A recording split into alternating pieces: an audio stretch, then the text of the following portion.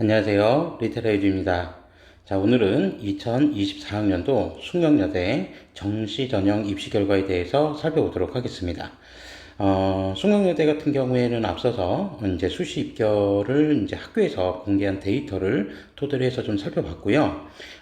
이번 시간에는 정시 입결 데이터는 이제 그 대기업에 제공되어 있는 자료를 기준으로 해서 살펴보도록 하겠습니다.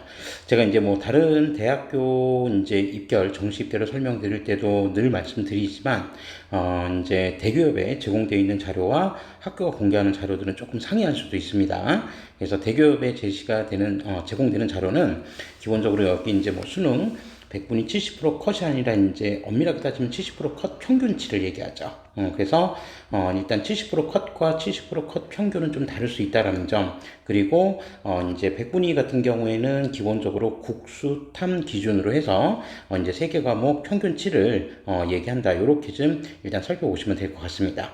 자, 그래서 숙명여대 같은 경우 이제 정시 입결에 이제 전년도하고 비교했을 때 또 어떻게 비교가 되는지 그런 부분들 한번 좀 살펴보시고, 그 다음에 이제 우리가 요즘에 이제 제가 언론에서도 이제 조금 몇 가지 봤었는데, 뭐 사실 이제 제가 입결 설명하면서도 하고 싶던 얘기 중에 하나가 요즘에 이제 언론에도 이제 뭐 오르락 내리락 하더라고요. 그러니까 이제 우리가 이제 수능 100분의 70%컷 평균을 이제 한번 살펴보다 보면, 어떤 대학교 같은 경우가 더 높은 것 같은데, 뭐 상대적으로 조금 입결이 낮다라고 생각했던 대학이 좀 더 높았던 대학하고 뭐 비슷한 수준이다라고 이제 판단을 한다면, 그런 부분들 같은 경우에는 각 대학마다 이제 정시 전형을 이제 치르게 될 때, 각 계열별로 또는 모집 단위별로 수능 반영 비중 자체가 좀 다릅니다. 그래서 차이점들이 있을 수 있다라는 점을 좀 염두해 두시고, 네, 이 자료를 좀 살펴보셔야 된다. 그래서 모든 대학들이 다 이제 동일한 기준을 가지고 있는 건 아니고, 항상 이제 대학들마다 이제 국어 반영 비중은 몇 프로, 수학 반영 비중 몇 프로, 영어 또는 탐구 반영 비중은 또 몇 프로, 그게 또 인문계열, 자연계열 또는 어떤 특수 모집 단위들 같은 경우에는 또 다를 수도 있다라는 점을 좀 참고해서 살펴보셔야 됩니다. 그래서 이제 뭐 최종적으로는 여러분들의 이제 수능 성적이 이제 나오면 그 수능 성적을 토대로 해서 이제 각 대학별로 이제 환산을 하면 환산 이제 점수나 이제 환산 몇분위가 나올 것이고, 우리가 이제 70%컷 평균치라는 것을 바라본다고 했을 때 가장 정밀한 데이터는 사실 이제 각 대학들이 공개한 대학별 환산 점수입니다. 환산 점수인데, 뭐 보시는 것과 같이 여기 칸이 좀 부족해서 제가 대학별 환산 점수는 지금 여기다 따로 체크한 건 아니고요.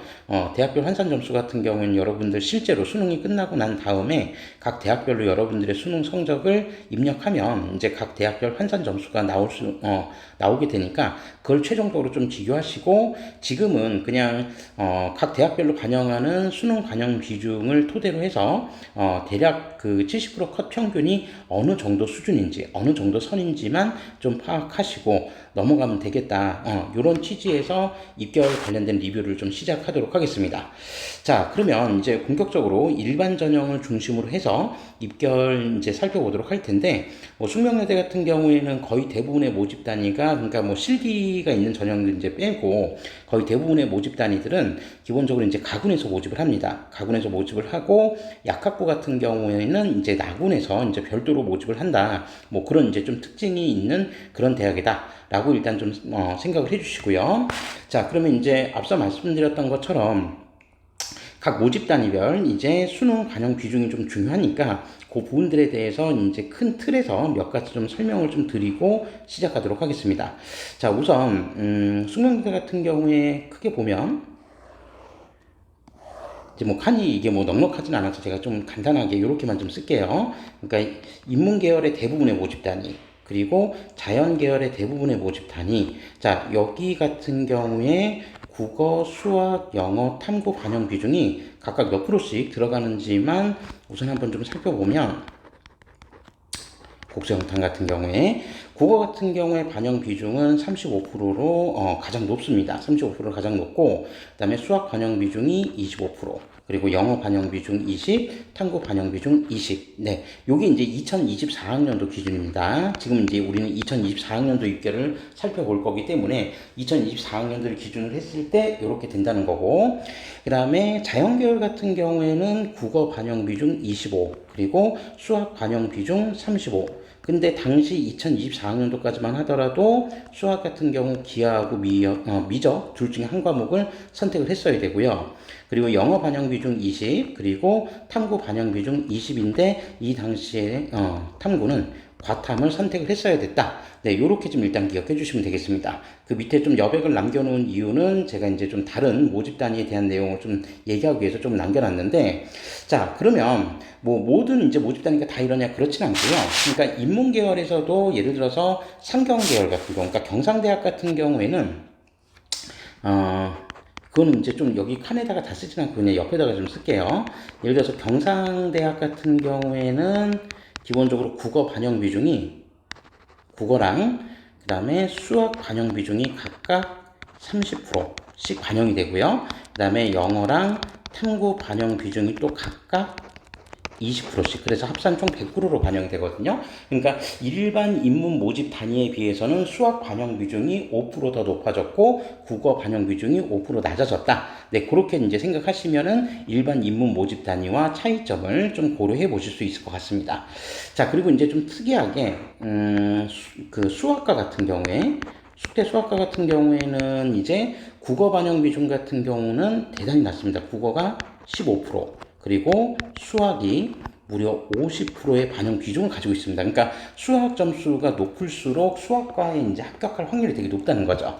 그리고 이 수학 같은 경우 2024학년도에는 기하, 미적 둘 중에 하나를 선택을 했어야 되고, 그 다음에 영어 반영 비중 20, 그리고 탐구 반영 비중, 탐구 같은 경우에도 이제 과탐을 반영을 했는데, 과탐 반영 비중이 이제 15%. 이렇게 이제 반영이 됐었습니다. 그러니까 가장 비중이 컸던 거는 수학 반영 비중이 가장 크다. 수학과라는 학과의 이제 특성에 맞게 수학 반영 비중이 전체 4개 영역 중에서 절반을 이제 차지하는 이제 무려 50%에 해당 이제 비중이 좀 들어가 있었고요. 그 다음에 이제 비슷하긴 한데 통계학과 같은 경우에도 국어 같은 경우에는 20, 그리고 수학 반영 비중이 50%로 역시 가장 높았습니다. 다만 수학과하고 달랐던 건 뭐냐면 수학이 반드시 기하하고 미적을 선택해야 되는 건 아니었다는 점. 그러니까 인문 쪽 이제 수험생들도 이제 지원할 수 있는 그런 여지가 좀 있었다. 그렇게 이제 보시면 되고, 그 다음에 영어 반영 비중이 20, 그리고 탐구 반영 비중이 역시 탐구도 과탐 뭐 지정 아니었고요. 그래서 탐구 반영 비중이 10%. 그래서 수학 반영 비중이 이제 가장 높았던 그런 이제 학부다. 요렇게 이제 좀 보시면 될 것 같고, 이건 이제 개별학과니까 제가 요렇게만 좀 쓸게요. 자, 그리고 인공지능학부 같은 경우에는 전년도에 국어 25, 그리고 수학 역시 지정 과목 없었고요. 35, 그리고 영어 20, 탐구도 지정 과목 없이 20%. 네, 이렇게 이제 반영이 됐었습니다. 그러니까 이런 복잡한 경우의 수가 나오기 때문에 실제로 이제 전체 평균 백분위를 비교하면은 각 모집 단위들마다 좀 비슷할 수는 있지만 그 속내를 뜯어보면은 어떤 과목에서의 성적이 더 잘 나와야 더 유리할 수 있겠구나라고 하는 부분들을 조금 파악해 주시면 되겠다라고 좀 일단 생각해 주시면 될 것 같습니다. 자, 그러면 제가 이제 여기 빈 공간을 지금 좀 남겨놓은 이유가 이제 뭐냐면, 자, 그럼 2025학년도 같은 경우에는 그럼 뭐가 어떻게 바뀌었을까? 자, 2025학년도. 자, 2025학년도에 이제 바뀐 부분들을 하나 좀 말씀을 드리자면, 자, 우선 자연계열 같은 경우에, 자, 수학, 그리고 탐구, 지정 과목이 폐지가 되었다 라고 하는 점도 일단 우리가 주목하셔서 보셔야 될 내용 중에 하나입니다. 그런데 수학하고 탐구 지정 과목이 폐지가 되긴 했는데 이것도 이제 좀 복잡해요. 이 자연계열 중에서 수학과는 예외입니다. 그러니까 수학과 같은 경우에는 여전히 수학에서 기하 미적을 선택을 해야 된다. 요렇게 이제 보시면 되고, 그런 점에서 보면 완벽하게 이제 공통점은 탐구 같은 경우에는 이제 지정 과목이 폐지가 된 거는 모든 이제 모집 단위의 공통점입니다. 그런데 이것도 이제 좀 복잡한데요. 왜 이렇게 복잡하게 나는지 모르겠습니다. 저도. 근데 탐구 자연계열 같은 경우에 탐구 지정 과목이 폐지된 건 맞는데 반드시 과탐 한 과목은 응시를 해야 됩니다. 또 응시. 그러니까 과탐 하나, 사탐 하나 이렇게 응시해서 지원하는 건 상관이 없는데 사탐만 두 과목을 선택을 해서 또 지원하는 것도 불가능한 그런 형태로 되어 있습니다. 그러니까 뭐 제가 볼 때 이제 이게 완벽하게 폐지가 된 게 아니라 반쪽짜리 이제 폐지다. 네, 그렇게 일단 좀 생각해 주시면 되겠습니다. 다만 이제 수학과를 제외한 나머지 자연계열의 수학 선택 과목은 즉 확통을 선택하든 기하를 선택하든 미적을 선택하든 상관이 없다라고 하는 점들은 일단 좀 기억해 주시면 되겠습니다.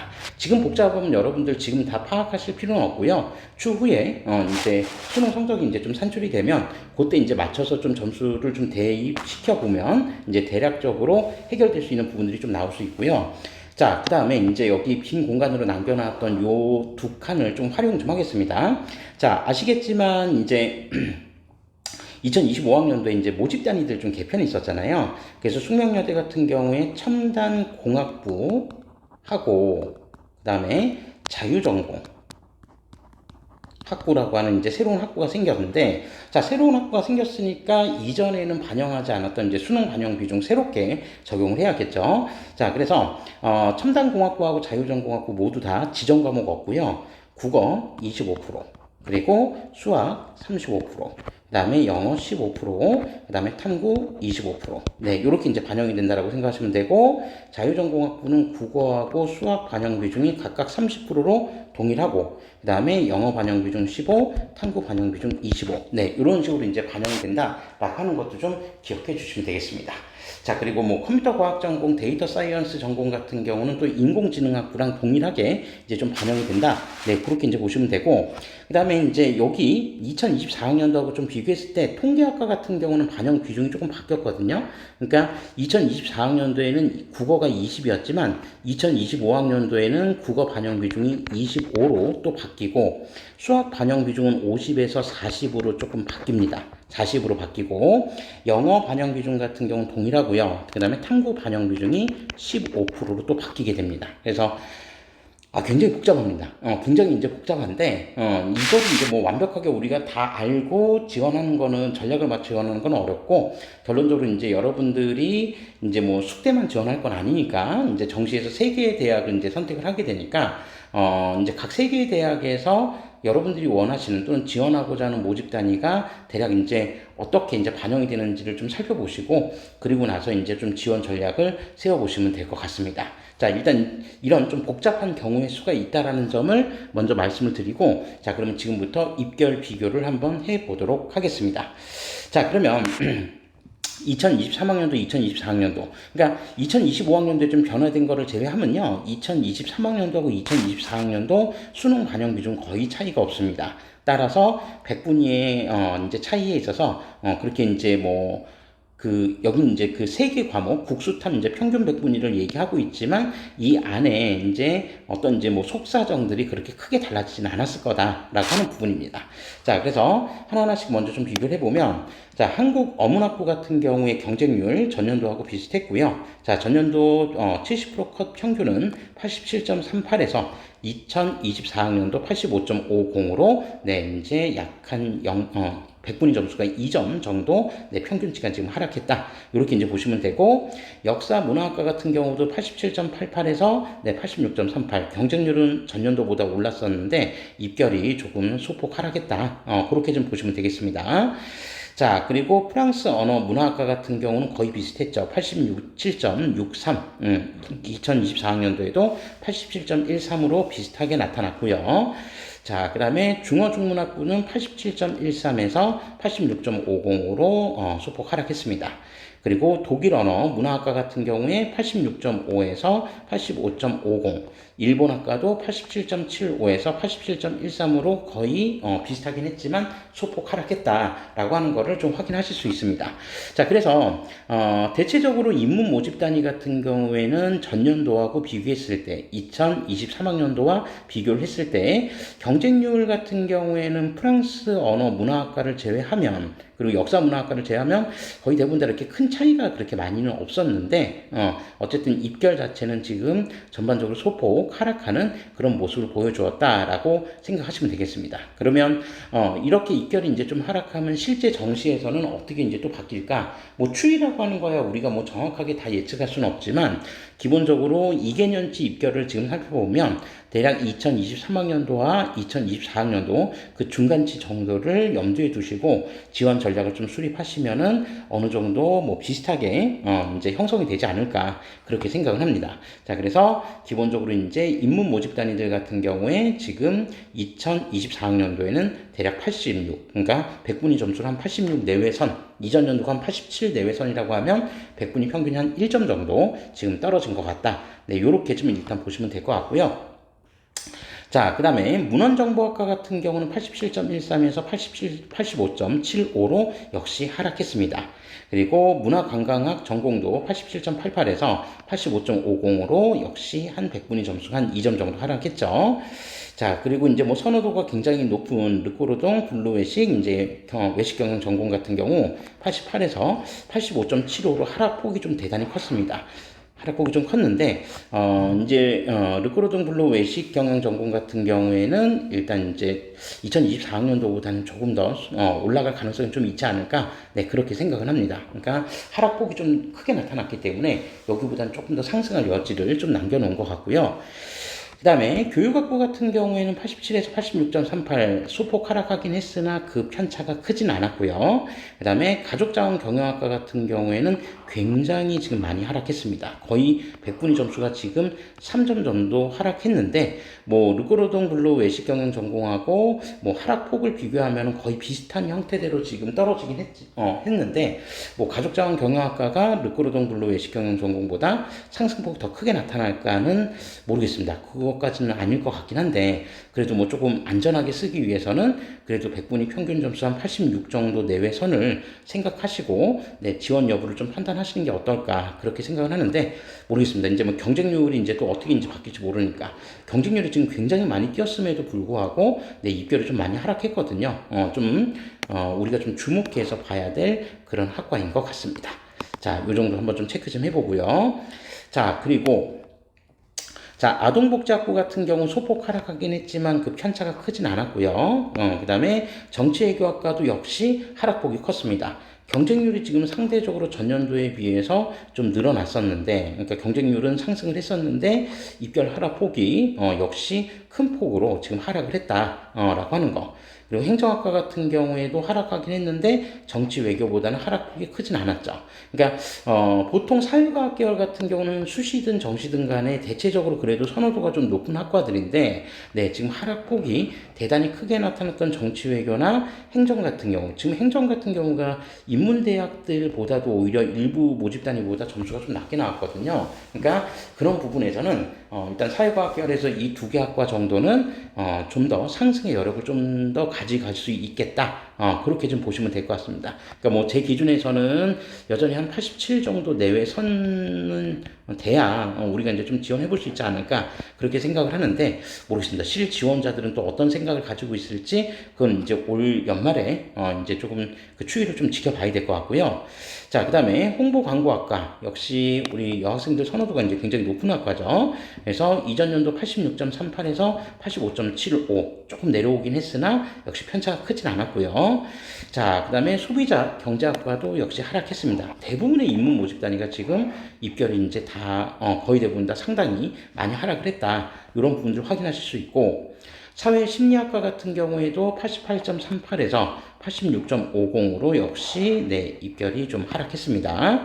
자, 법학부도 역시 하락. 그리고 경제학부는 좀 상승을 했죠. 자, 우리가 이제 이 경제학부의 사례를 좀 보시면 이제 그 단편적으로 좀 어디랑 좀 비교를 해볼까요? 여기 정치외교학과랑 좀 비교를 해볼까요? 정치외교학과랑 네. 지금 정치외교학과랑 한번 좀 비교를 해보면 정치외교학과고 지금 경제학부 지금 경제학부 같은 경우 이전 연도 지금 백분위 컷이 84.75 그러니까 숙대 평균치에 비하면 상대적으로 좀 낮게 나온 거였거든요. 그러니까 이 낮은 입결을 이제 하나의 데이터로 삼고 2024학년도에 전반적으로 이제 이보다 성적이 이제 높은 학생들이 좀 지원하는 성향들이 이제 좀 나타나서 결론적으로 이제 입결을 87.63까지 끌어올렸고 상대적으로 정치외교학과 같은 경우는 전년도가 88.13으로 높게 형성이 됐었는데 이제 지원하는 수험생들의 입장에선 88이라고 하는 백분위가 좀 부담스럽게 느껴졌던 학생들의 입장에서는 결론적으로 뭐 88이면 이제 다른 선택지들이 또 있을 수도 있으니까 결론적으로 그런 부분들 때문에 지원율이 이제 조금 뭐 그 지원 경향이나 이런 부분들이 이제 조금 바뀌어서 입결이 이제 조금 하락하는 그런 모습을 보여줬습니다. 그러니까 대체적으로 정시에서는 항상 이런 패턴들이 좀 반복이 되는 경우들이 좀 있거든요. 그러니까 어떤 특정 학과가 뭐 지속적으로 떨어지는 경우는 보통 이제 서울권 안에서는 그렇게 찾아보기가 쉽진 않습니다. 이렇게 변동폭이 크게 나타나면 그 이듬해에는 다시 또 상승하는 그런 모습들을 또 보여줄 수 있다. 그러니까 결론적으로 이 84.75가 지금 2023학년도 경제학과 84.75와 뭐 학과는 당연히 다르지만 어떤 이제 그 지원하고자 하는 수험생들의 입장에서는 또 비슷한 경향이라고 생각을 한다면 다시 조금 더 상승의 여지를 정치외교학과는 좀 더 남긴 거 아닌가. 그럼 경제학부는 더 상승할 수 있냐? 더 상승할 수도 있겠지만 상승의 폭은 그렇게 크진 않겠죠. 그래서 대략 86에서 87 정도를 유지할 확률도 상당히 좀 높아진 것 같다. 요렇게 좀 살펴보시면 될 것 같습니다. 자, 그리고 경영학부 같은 경우에는, 물론 이제 그 경상대학 같은 경우는 앞서 말씀드렸던 것처럼, 반영 기준이 일반 인문 모집단이랑 좀 다릅니다. 그런 부분들도 좀 참고하세요. 제가 이제 여기서 84.75, 87.63 이런 변화를 보는 건 그냥 변화의 흐름을 좀 보자라는 거지, 이 안에 세부 과목에, 그러니까 합격한 학생들의 세부 영역별로 몇 퍼센트의 백분위가 나왔는지 그건 알 수는 없습니다. 그죠? 그러니까 그 추이를 좀 보자라는 차원에서 이 말씀을 좀 드린 거고, 그 다음에 경영학부 같은 경우에는 거의 전년도하고 동일한 수치를 유지했습니다. 87.63 정도. 그러니까 충분히 이 87.63 다른 인문 모집 단위들이 이제 뭐 그 대체적으로 입결이 좀 하락하는 추세에서 경제학부하고 경영학부만 상승하든지 평균치를 유지했다든지라고 한다면 우린 또 다른 한편에서 의심할 수 있는 부분들 중에 하나가 교차 지원에 대한 가능성도 한번 염두에 두셔야 되는 거 아닌가.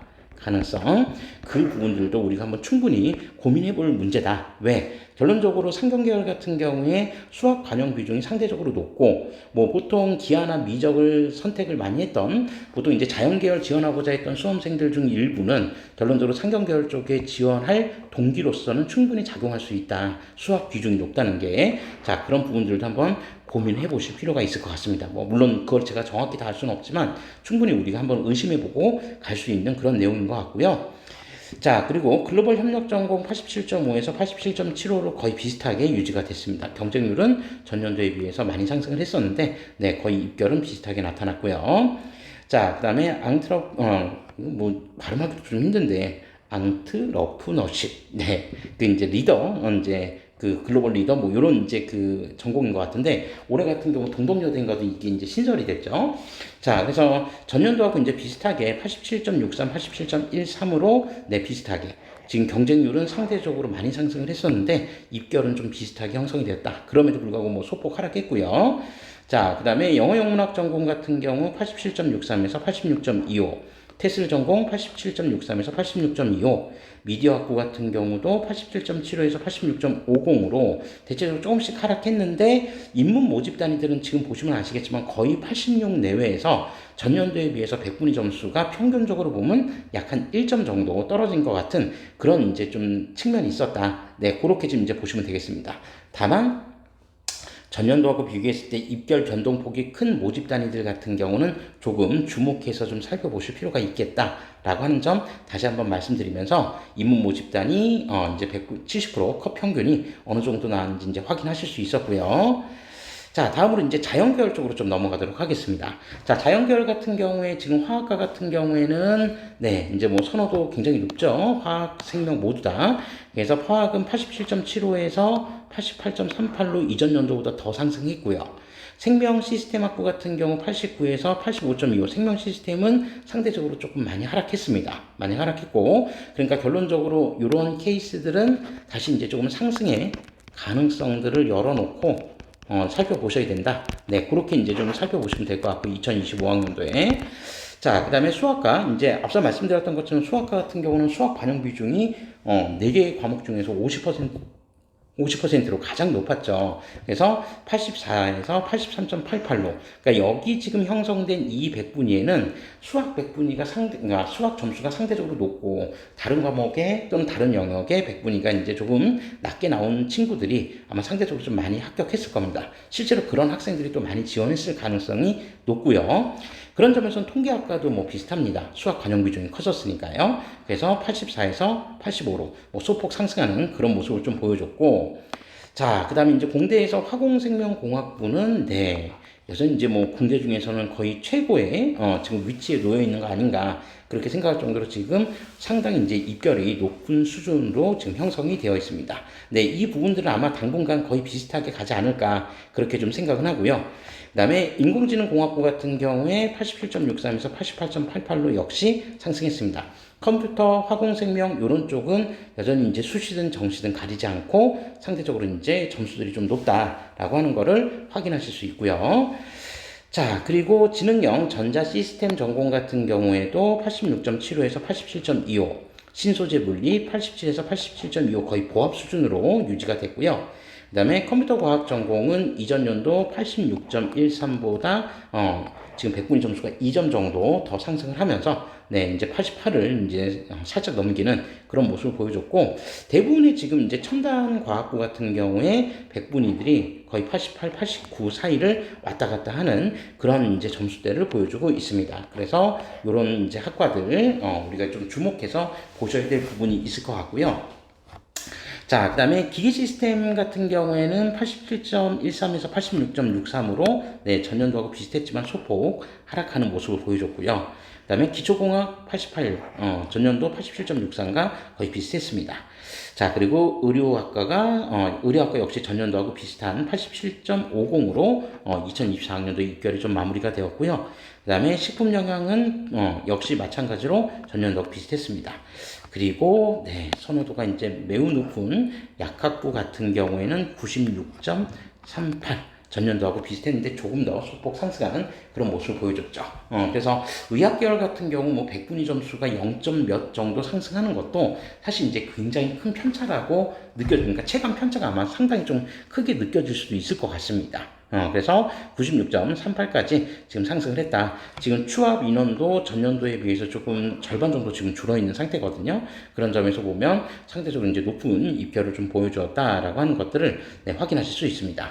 자, 그래서 인문하고 지금 자연 모집 단위들을 한번 좀 비교해 보면 확실히 자연 모집 단위들의 평균 입결이 대략 87 정도 내외 선에서 형성이 되면서 인문 모집 단위들보다 백분위 점수가 약 한 1점에서 2점 정도 조금 더 높아졌다라고 하는 것을 좀 확인하실 수 있고, 다만 이제 올해 같은 경우에 자연계열 같은 경우에도 수학에서 이제 기하 미적에 대한 선택의 폭은 수학과를 제외하면 나머지 자연계열 모집 단위에서 기하 미적을 고집하지는 않기 때문에 그런 부분들이 또 어떻게 결과로 좀 이어질지 한번 이제 좀 지켜봐야 될 해인 것 같습니다.